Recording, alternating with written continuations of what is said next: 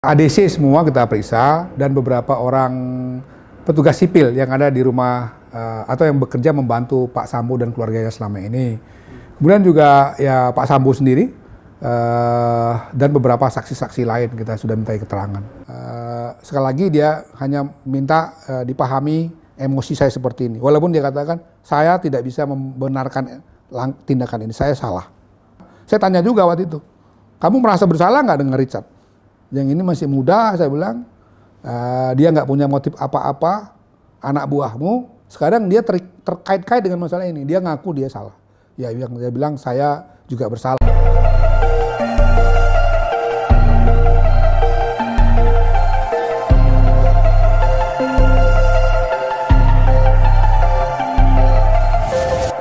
Jakarta, Komisi Nasional Hak Asasi Manusia Komnas HAM mengungkapkan, Irjen Ferdy Sambo telah mengakui dua hal terkait kasus tewasnya Brigadir J alias Nofriansyah Yosua Huta Barat. Salah satunya yakni merencanakan pembunuhan terhadap Brigadir J. Dia mengakui dua hal, dia yang merencanakan pembunuhan, kata Ketua Komnas HAM Ahmad Taufan Damanik, Sabtu, tanggal 20 Agustus tahun 2022. Komisi Nasional Hak Asasi Manusia Komnas HAM mengungkapkan, Irjen Ferdy Sambo telah mengakui dua hal terkait kasus tewasnya Brigadir J alias Nofriansyah Yosua Huta Barat. Salah satunya yakni merencanakan pembunuhan terhadap Brigadir J. Dia mengakui dua hal, dia yang merencanakan pembunuhan, kata Ketua Komnas HAM Ahmad Taufan Damanik, Sabtu, tanggal 20 Agustus tahun 2022. Semua kita periksa dan beberapa orang petugas sipil yang ada di rumah atau yang bekerja membantu Pak Sambo dan keluarganya selama ini. Kemudian juga ya Pak Sambo sendiri dan beberapa saksi-saksi lain kita sudah minta keterangan. Untuk saudara FS ini dia pada pokoknya mengakui dua hal. Pertama dia mengakui bahwa dialah otak pembunuhan atau penembakan saudara Joshua. Yang kedua, dia mengakui dialah otak yang merancang obstruction of justice, ya, dengan misalnya mengubah TKP, menghilangkan beberapa barang bukti seperti decoder CCTV, alat-alat komunikasi dan lain-lain, termasuk juga mengkondisikan supaya orang-orang yang menjadi saksi kunci itu memberikan keterangan sebagaimana skenario yang dia mau buat, yaitu skenario seolah-olah ada tindakan pelecehan seksual di rumah Duren 3 itu yang dilakukan oleh saudara Joshua terhadap istrinya. Kemudian setelah itu terjadi tembak-menembak antara Joshua dengan Richard atau Baradae. Itu diakuinya sebagai rancangan dia, dan setelah itu semua dia siapkan alat pendukungnya. Misalnya membuat seolah-olah ada tembakan dari Joshua dengan menggunakan senjatanya Joshua itu ke dinding-dinding gitu. Itu dia akui, dia yang lakukan.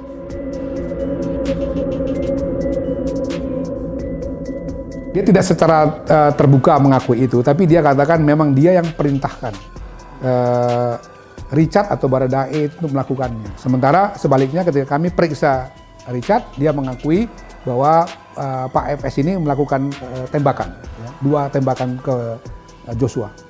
Kemudian setelah itu dia memanggil KM, RR dan Richard itu untuk dia kasih arahan bahwa kalian harus lakukan ini dan ini gitu.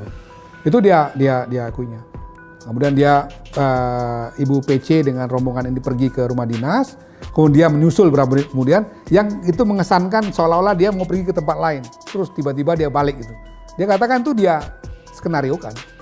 Sebetulnya memang dia akan ke TKP untuk melakukan eksekusi terhadap Joshua gitu. Ya, kami meyakini bahwa memang tidak mungkin itu dilakukan oleh seorang Richard sendirian, karena misalnya arah peluru datangnya dari tempat yang berbeda, ya.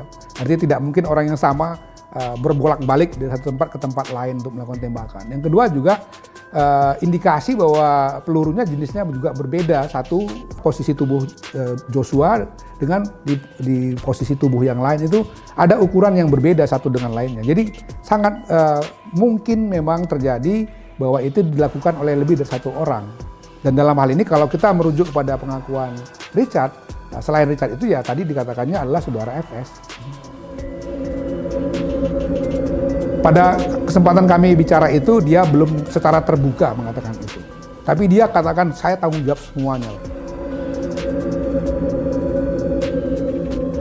Hasil forensik pertama itu ada 7 lubang ya, yang itu dari 5 tembakan. Karena memang misalnya di satu bagian tertentu, peluru itu kena di satu tempat, kemudian menembus ke tempat yang lain. Jadi memang bukan dua peluru, tapi satu peluru dengan dua lubang. Tapi ada yang lainnya itu satu peluru misalnya di dada, yang itu tidak tembus. Dia tinggal di bagian belakang, kemudian dengan begitu lubangnya cuma satu di dada sebelah kanan misalnya. Yang lainnya gitu juga. Jadi totalnya semua kurang lebih itu ada 5 tembakan dengan jumlah liang atau lubangnya itu memang lebih dari 5. Menurut dia marah karena ada kekerasan seksual dari almarhum Joshua terhadap istrinya. Tapi sekali lagi itu kan pengakuan dia ya. Dan menurut saya itu harus ditelusuri juga oleh penyidik lebih seksama apakah benar terjadi perkosaan itu. Gitu. Ya karena sudah beberapa kali dia mengubah-ubah keterangan. Juga Richard misalnya, Ricky itu kan dengan juga yang KM itu kan juga keterangan pertama dengan keterangan berikutnya berubah misalnya. Juga temuan obstruction of justice. Jadi kita nggak bisa percaya begitu saja apa yang dia katakan. Harus benar-benar didalami untuk mencari apa yang sebenarnya terjadi yang menyebabkan misalnya dia mengambil keputusan untuk melakukan eksekusi terhadap Joshua. Bahkan cukup mengagetkan karena dilakukan di rumah dinasnya gitu. Dia cerita bahwa setelah istrinya bertemu dia sepulang dari Magelang itu ya, ada 1 jam lebih itu katanya istrinya menceritakan apa yang terjadi di Magelang. Kemudian setelah itu dia marah dan punya rencana untuk melakukan pembalasan lah ya terhadap Joshua, dan dia panggil satu persatu itu, KM dipanggil, dikasih tugas-tugas tertentu nanti seperti apa. RR dipanggil, juga Richard dipanggil gitu. Jadi memang perencanaan itu dia diakuinya datang dari dia, dan dia yang menyiapkan semua. Setelah itu pun kemudian dia yang menghilangkan barang bukti, menelpon siapa misalnya petugas-petugas Propos dan lain-lain itu, sehingga kemudian sampai sekarang ini tim sus dan irsusnya Polri kan memeriksa puluhan orang itu. Yang sekarang ada 35 orang sudah dinyatakan. Ada 2 kemungkinan ya, melakukan pelanggaran etik atau bahkan lebih jauh itu bisa jadi pelanggaran pidana misalnya. Komnas selalu mendorong kalau dia terbukti melakukan tindak pidana harus dengan tegas juga Polri melakukan proses hukum pidana kepada mereka.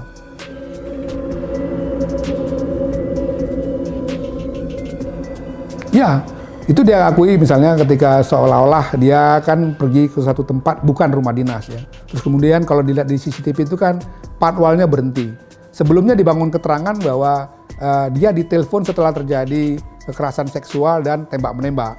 Tapi itu akhirnya diakuinya bahwa sebetulnya itu adalah skenario yang dia buat.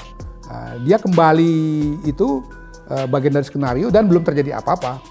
Nah, setelah dia kembali ke rumah, setelah dia masuk ke rumah dinas itulah atau TKP itu, baru kemudian dia memanggil Joshua dan beberapa ADC-nya tadi itu untuk kemudian melakukan katakanlah penghukuman ya dalam bahasa dia ya kepada Joshua.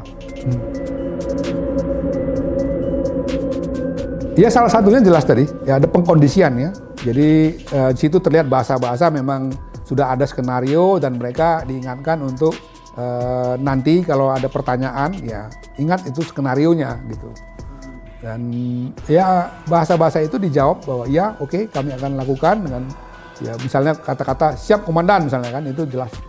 Dan ketika kita tanya lagi mereka ya mereka mengakui bahwa ya memang kami dikondisikan untuk mengakui sebagaimana skenario yang sudah disiapkan tadi.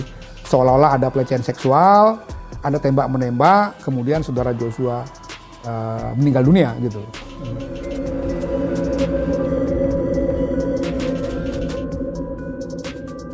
Apakah Anda mengakui ya, Anda yang merekayasa semua ini? Kami punya bahan-bahan nih. Kalau dia nggak mengakui, kami akan tunjukkan misalnya pembicaraan-pembicaraan yang sudah terekam itu.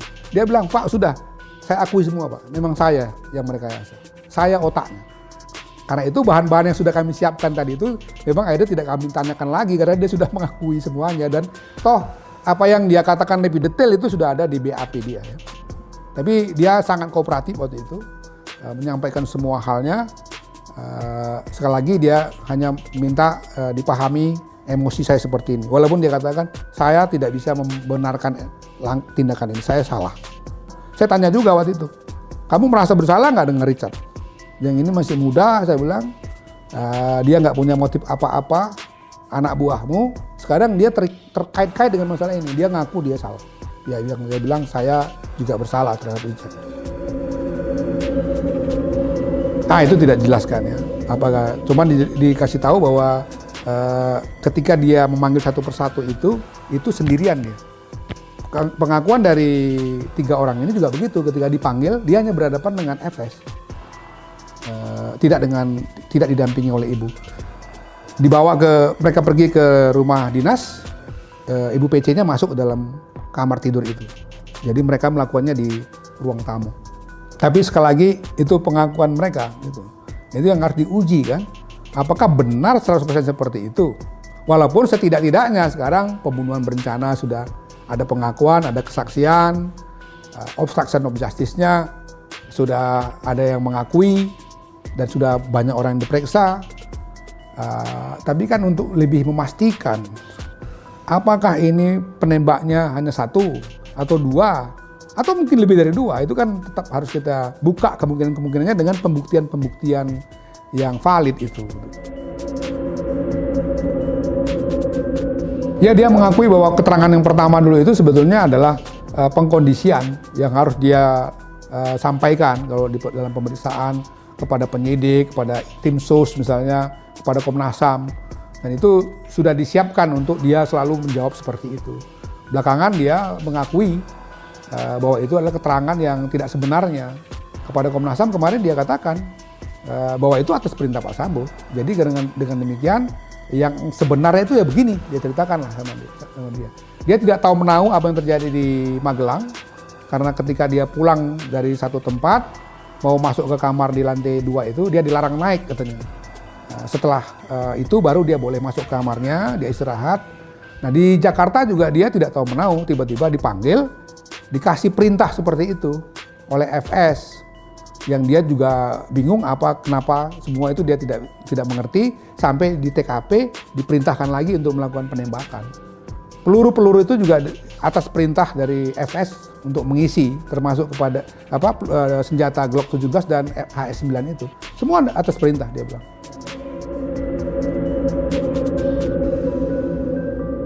Ya, dia katakan begitu.